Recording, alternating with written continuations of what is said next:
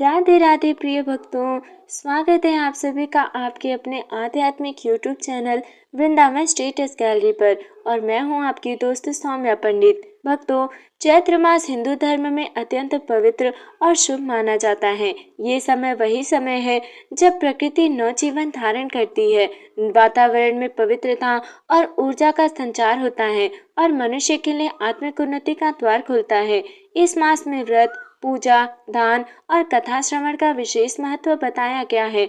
मान्यता है कि जो व्यक्ति श्रद्धा और भक्ति से चैत्र मास का पालन करता है, उसके जीवन के पाप नष्ट होते हैं और उसे सुख, शांति एवं समृद्धि की प्राप्ति होती है। भक्तों, चैत्र मास की कथा अध्याय 27 विशेष रूप से अहंकार के त्याग, भक्ति की शक्ति और सेवा के महत्व को उजागर करता है। यह अध्याय हमें सिखाता है कि केवल बाहरी वैभव ही सच्चा महानता नहीं, सच्चा सुख धर्म, करुणा और विनम्रता में निहित है। ईश्वर की कृपा पाने के लिए हृदय की शुद्धता आवश्यक है। इस अध्याय में एक ऐसे राजा की कथा प्रस्तुत की गई है जो प्रारंभ में अहंकार और वैभव में डूबा हुआ था, परंतु समय और परिस्थितियों ने उसे जीवन का वास्तविक सत्य सिखाया। उसके जीवन में आए उतार चढ़ाव, कठिन परीक्षाएं और अंततः उसका आध्यात्मिक परिवर्तन इस कथा का मुख्य आधार है। भक्तों, इस कथा का उद्देश्य केवल मनोरंजन नहीं बल्कि जीवन को सही दिशा देना है।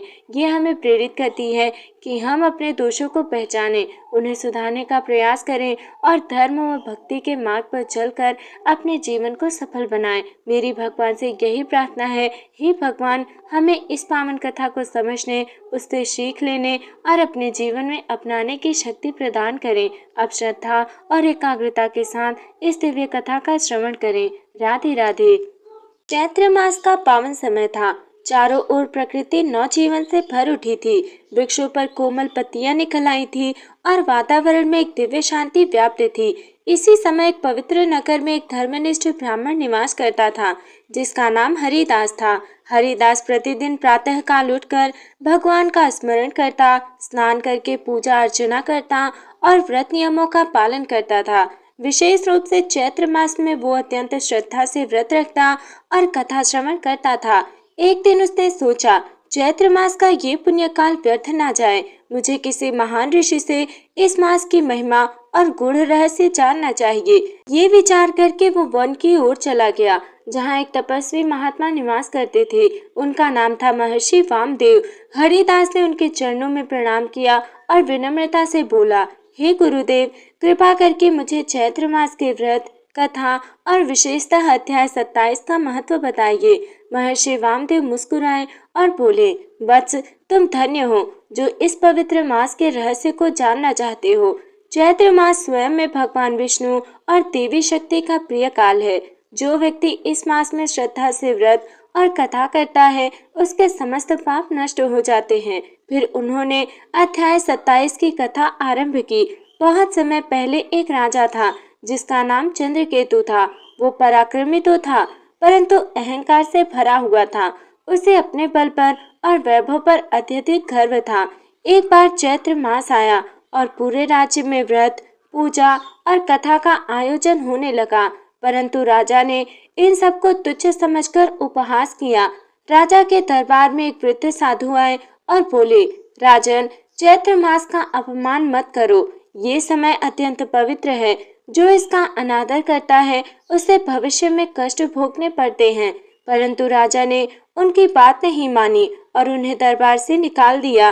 कुछ ही दिनों बाद राज्य में विपत्तियां आने लगी, अकाल पड़ गया, जनता दुखी हो गई और स्वयं राजा भी रोगग्रस्त हो गया। तब उसे अपनी भूल का एहसास हुआ। राजा चंद्रकेतु अपनी अवस्था से अत्यंत व्यथित हो गया। उसका शरीर दिन प्रतिदिन क्षीण होता जा रहा था और मन में ग्लानि का बोझ बढ़ता ही जा रहा था। उसे बार बार उस वृद्ध साधु के वचन स्मरण आने लगे, चैत्र मास का अपमान मत करो। अब राजा को अपनी भूल का गहरा पश्चाताप होने लगा। उसने अपने मंत्रियों से कहा, मैंने अहंकार में आकर धर्म का अपमान किया है। अब मुझे उस महात्मा के शरण में जाना होगा, तभी मेरा उद्धार संभव है। राजा ने तुरंत अपने सेवकों को आदेश दिया कि उस वृद्ध साधु को खोजा जाए। कई दिनों की खोज के बाद वो साधु एक वन में तपस्या करते हुए मिल गए। राजा स्वयं नंगे पांव साधारण वस्त्र धारण करके वहां पहुंचा। जैसे ही उसने साधु को देखा, वो उनके चरणों में गिर पड़ा और करुण स्वर में बोला, हे महात्मन, मुझे क्षमा करें, मैंने अज्ञानवश आपका और इस पवित्र चैत्र मास का अपमान किया है। कृपा करके मुझे इस पाप से मुक्ति का मार्ग बताइए। वृद्ध साधु ने अपनी आंखें खोली और शांत स्वर में बोले, राजन, पश्चाताप ही प्रायश्चित का प्रथम चरण है। जब मनुष्य अपने दोष को स्वीकार कर लेता है, तब उसके उद्धार का मार्ग खुल जाता है।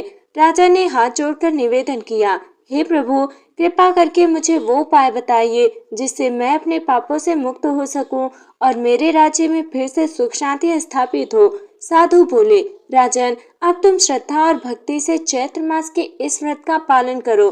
प्रतिदिन प्रातः काल स्नान करके भगवान विष्णु की पूजा करो, कथा श्रवण करो और दान पुण्य करो। विशेष रूप से अध्याय 27 की कथा का पाठ करो, क्योंकि ये अहंकार का नाश करने वाली और पुण्य प्रदान करने वाली है। फिर साधु ने आगे कहा, इस मास में तुम गरीबों को अन्न, वस्त्र और जल का दान करो, ब्राह्मणों को भोजन कराओ और अपनी प्रजा के प्रति दया और करुणा का भाव रखो। यही तुम्हारे प्रायश्चित का मार्ग है। राजा ने दृढ़ संकल्प लिया, मैं आपके बताए हुए सभी नियमों का पालन करूंगा। इसके बाद राजा ने पूरे राज्य में घोषणा करवा दी कि चैत्र मास के शेष दिनों में सभी लोग व्रत, पूजा और कथा का आयोजन करें। स्वयं राजा भी प्रतिदिन मंदिर जाकर भगवान की आराधना करने लगे। धीरे धीरे उसका मन शांत होने लगा, उसके भीतर का अहंकार समाप्त हो गया और उसकी जगह विनम्रता और भक्ति ने ले ली। कुछ ही समय बाद राज्य में परिवर्तन दिखाई देने लगा। बारिश समय पर होने लगी, फसलें लहलहाने लगी और प्रजा के चेहरे पर फिर से मुस्कान लौट आई। राजा का स्वास्थ्य भी सुधरने लगा, उसका रोग धीरे धीरे समाप्त हो गया। एक दिन वही वृद्ध साधु पुनः प्रकट हुए और बोले, राजन, अब तुमने सच्चे मन से प्रायश्चित किया है, तुम्हारा पाप नष्ट हो चुका है। याद रखो, धर्म का मार्ग ही सच्चा सुख प्रदान करता है। राजा ने कृतज्ञता से उनके चरणों में प्रणाम किया और जीवन भर धर्म और भक्ति के मार्ग पर चलने का संकल्प लिया। तो भक्तों, अध्याय 27 का यही संदेश है। अहंकार मनुष्य का सबसे बड़ा शत्रु है। समय रहते पश्चाताप और सुधार से जीवन बदल सकता है और चैत्र मास में व्रत, कथा और दान का विशेष महत्व है।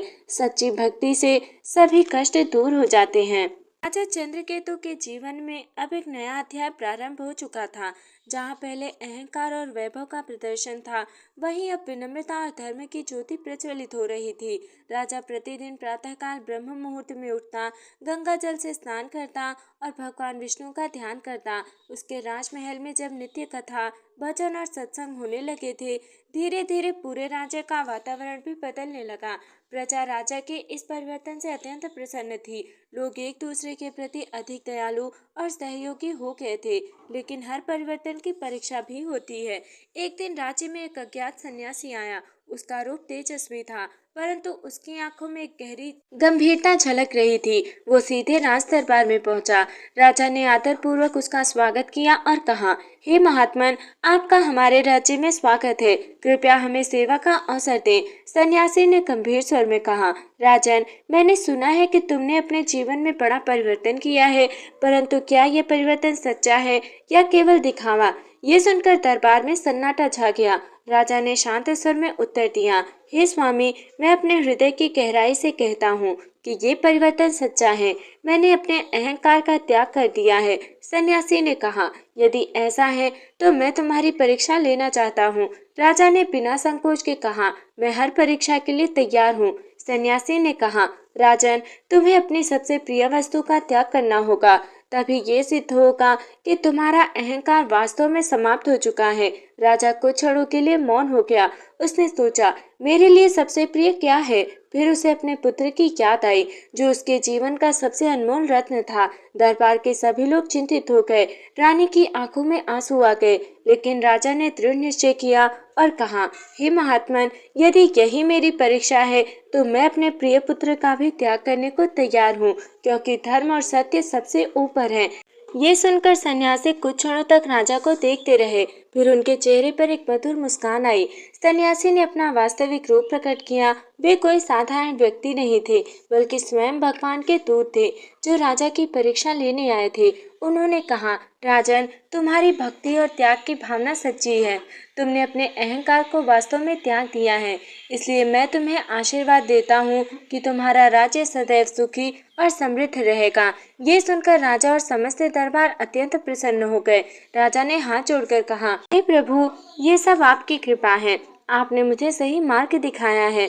उस दिन के बाद राजा ने और भी अधिक श्रद्धा से धर्म का पालन करना शुरू किया। उसने पूरे राज्य में धर्म, शिक्षा और सेवा के कार्यों को बढ़ावा दिया। गरीबों के लिए अन्न भंडार खोले गए, विद्या के लिए गुरुकुल स्थापित किए गए, रोगियों के लिए चिकित्सालय बनवाए गए।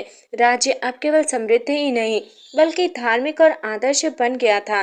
तो भक्तों, इस भाग का ये गहरा संदेश है कि सच्चा परिवर्तन परीक्षा से गुजरता है। त्याग और समर्पण ही भक्ति की पहचान है। ईश्वर सच्चे हृदय की परीक्षा लेकर उसे और महान बनाते हैं और धर्म के मार्ग पर चलने वाला व्यक्ति अंततः विजय प्राप्त करता है। राजा चंद्रकेतु अब केवल एक शासक नहीं रहा था बल्कि वो धर्म और करुणा का प्रतीक बन चुका था। उसके जीवन में आए परिवर्तन ने पूरे राज्य को एक नई दिशा दे दी थी।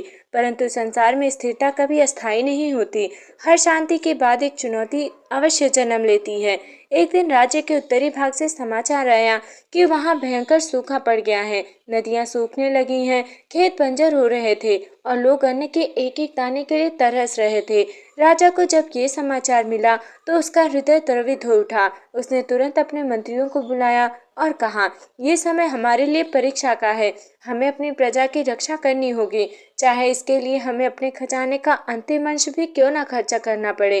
राजा ने आदेश दिया कि राज्य के भंडार खोल दिए जाएं, अन्न और जल का वितरण किया जाए, किसी भी व्यक्ति को भूखा ना रहने दिया जाए। राजा स्वयं भी उस क्षेत्र में गया जहां सूखा पड़ा था। उसने देखा कि लोग अत्यंत कष्ट में हैं, छोटे छोटे बच्चे भूख से व्याकुल हैं, वृद्ध असहाय पड़े हैं। ये दृश्य देखकर राजा की आंखों में आंसू आ गए। उसने वहीं एक शिविर स्थापित करवाया और स्वयं लोगों की सेवा करने लगा। वो अपने हाथों से अन्न बांटता, बीमारों की सेवा करता और सभी को धैर्य रखने के लिए प्रेरित करता। प्रजा ने अपने राजा को इस रूप में पहले कभी नहीं देखा था। उनका विश्वास और प्रेम कई गुना बढ़ गया। लेकिन इस सेवा के बीच राजा के मन में एक प्रश्न उठने लगा, मैंने तो धर्म का पालन किया, फिर भी मेरे राज्य में ये कष्ट क्यों आया। एक रात वो चिंतित होकर ध्यान में बैठा। उसी समय उसे वही वृद्ध साधु स्मरण हुए जिन्होंने उसे पहले मार्ग दिखाया था। अगले दिन वो उन्हें खोजने निकल पड़ा। वन में पहुंचकर उसने साधु को प्रणाम किया और अपनी चिंता प्रकट की।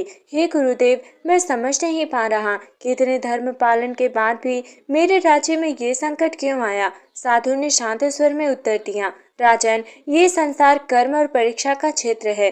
धर्म का पालन करने से संकट समाप्त होते हैं बल्कि उन्हें सहने की शक्ति भी मिलती है। उन्होंने आगे कहा, ये सूखा तुम्हारी प्रजा की परीक्षा नहीं बल्कि तुम्हारी करुणा और नेतृत्व की परीक्षा है। देखो, तुम इस परिस्थिति में कैसा व्यवहार करते हो, यही तुम्हारे धर्म की सच्ची कसौटी है। राजा को अब सब स्पष्ट हो गया। राजा वापस लौटा, अब और भी अधिक उत्साह से सेवा कार्यों में लग गया। उसने अन्य राज्यों से भी सहायता मंगवाई, जल संरक्षण के उपाय किए और लोगों को संगठित किया। कुछ समय बाद आकाश में काले बादल छाने लगे। धीरे धीरे वर्षा प्रारंभ हुई। बारिश की पहली बूंद गिरते ही लोगों के चेहरे पर खुशी लौट आई। खेतों में हरियाली छा गई और जीवन फिर से सामान्य होने लगा। राजा ने भगवान का धन्यवाद किया और समझ गया कि ये संकट उसे और अधिक संवेदनशील और धर्मनिष्ठ बनाने के लिए आया था। भक्तों, इसका ये गहरा संदेश है कि धर्म का मार्ग कठिनाइयों से मुक्त नहीं होता। संकट हमारे धैर्य और करुणा की परीक्षा लेते हैं। सच्चा नेता वही है जो विपत्ति में अपनी प्रजा के साथ खड़ा रहे। सेवा और परोपकार से ही सच्ची भक्ति सिद्ध होती है। सूखे की भयानक परीक्षा के बाद राजा चंद्रकेतु और उसका राज्य एक बार फिर समृद्धि और शांति की ओर बढ़ने लगे। वर्षा के जल से धरती हरी भरी हो गई, नदियां पुनः प्रवाहित होने लगी और लोगों के जीवन में खुशहाली लौट आई। लेकिन इस बार राजा के मन में एक गहरा परिवर्तन अस्थायी रूप से बस चुका था।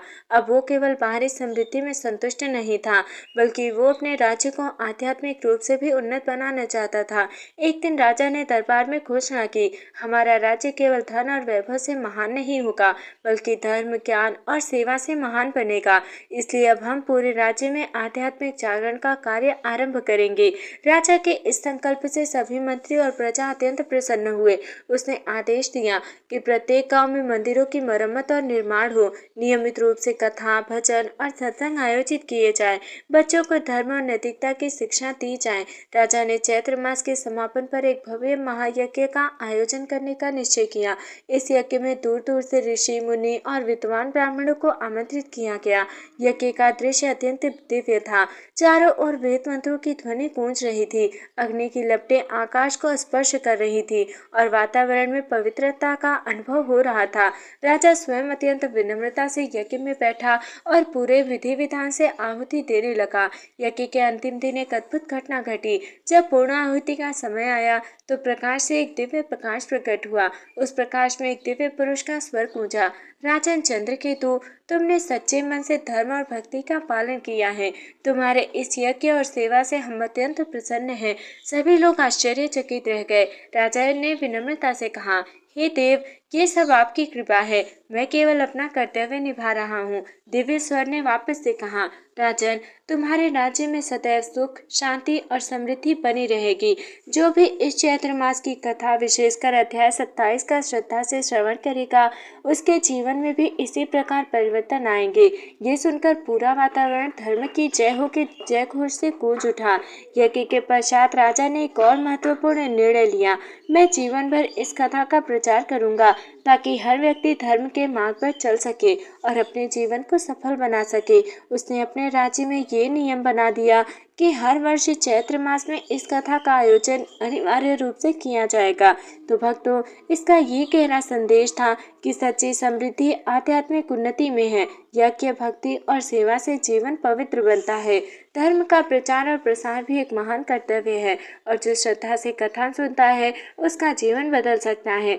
महायज्ञ के दिव्य अनुभव के बाद राजा चंद्रकेतु का जीवन पूर्णतः बदल चुका था। अब उसके हृदय में केवल एक ही भावना थी, भक्ति, सेवा और धर्म का प्रचार।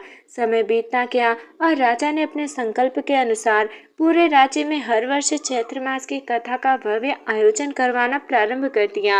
राज्य में अब एक नई परंपरा स्थापित हो चुकी थी। प्रत्येक घर में प्रातःकाल भगवान का स्मरण, गांव-गांव में कथा और भजन, लोगों के जीवन में सत्य, अहिंसा और करुणा का पालन। राजा स्वयं भी अत्यंत सरल जीवन जीने लगा।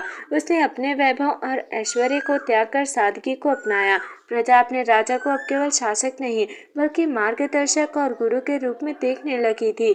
एक दिन राजा गहरे ध्यान में बैठा हुआ था।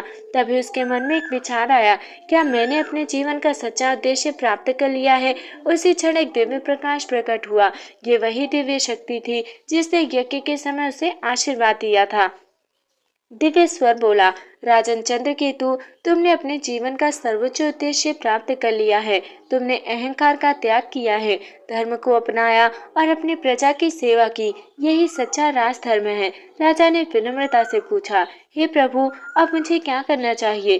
दिव्य स्वर ने उत्तर दिया, अब समय आ गया है कि तुम इस संसार के बंधनों से मुक्त होकर परम धाम की ओर प्रस्थान करो। तुम्हारा जीवन पूर्ण हो चुका है।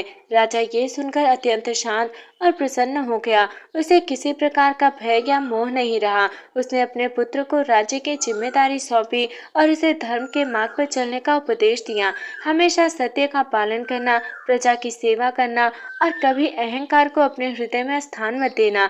एक दिन चैत्र मास की पूर्णिमा को जब पूरा राज्य भजन और कथा में लीन था, राजा चंद्रकेतु ध्यान में बैठा। धीरे धीरे उसका शरीर स्थिर हो गया और उसके मुख पर एक दिव्य मुस्कान आ गई। उसी क्षण आकाश में प्रकाश फैल गया और ऐसा प्रतीत हुआ मानो देवता स्वयं उसका स्वागत कर रहे हों। राजा की आत्मा परम धाम में विलीन हो गई। इस प्रकार अध्याय 27 की ये पवित्र कथा हमें ये सिखाती है कि अहंकार का त्याग ही सच्चा महानता है। धर्म और भक्ति से ही जीवन सफल होता है। सेवा और करुणा ही ईश्वर की सच्ची पूजा है और जो व्यक्ति श्रद्धा से चैत्र मास की कथा सुनता या पढ़ता है, उसे पापों से मुक्ति और सुख शांति की प्राप्ति होती है। जो भी श्रद्धा और भक्ति से इस चैत्र मास की कथा को अध्याय 27 का पाठ या श्रवण करता है, उसके जीवन में सकारात्मक परिवर्तन अवश्य आता है और वो अंततः सुख, शांति और मोक्ष की प्राप्ति करता है। तो हे प्रिय भक्तों, इस प्रकार चैत्र मास की कथा अध्याय 27 हमें एक साधारण कथा से कहीं अधिक गहरा जीवन संदेश देती है। ये केवल एक राजा की कहानी नहीं, बल्कि हर मनुष्य के भीतर चल रहे अहंकार और भक्ति के संघर्ष की कहानी है। राजा चंद्रकेतु का जीवन हमें ये समझाता है कि जब मनुष्य अपने अहंकार को त्याग कर विनम्रता, सेवा और धर्म का मार्ग अपनाता है, तब उसका जीवन वास्तव में सफल हो जाता है। अहंकार हमें पतन की ओर ले जाता है। पश्चाताप और सुधार से हर गलती सुधारी जा सकती है। सच्ची भक्ति केवल पूजा में नहीं, बल्कि सेवा और करुणा में होती है। कठिनाइयाँ हमें कमजोर नहीं, बल्कि और अधिक मजबूत और जागरूक बनाती हैं। ये कथा हमें प्रेरित करती है कि हम अपने जीवन में सादगी और सत्य को अपनाएं, दूसरों की सहायता करें और करुणा का भाव रखें। हर परिस्थिति में ईश्वर पर विश्वास बनाए रखें। यही अंतिम संदेश है कि चैत्र मास का ये पावन समय हमें आत्मचिंतन, सुधार और भक्ति का अवसर देता है। जो व्यक्ति श्रद्धा से इस कथा को सुनता या पढ़ता है, उसके जीवन में सकारात्मक परिवर्तन अवश्य आता है। हे प्रभु, हमें भी राजा चंद्रकेतु की तरह अहंकार त्यागने, धर्म का पालन करने और सेवा के मार्ग पर चलने की शक्ति प्रदान करें। इति श्री चैत्र मास कथा अध्याय 27 संपन्नम। राधे राधे। जय श्री कृष्ण, जय श्री हरि।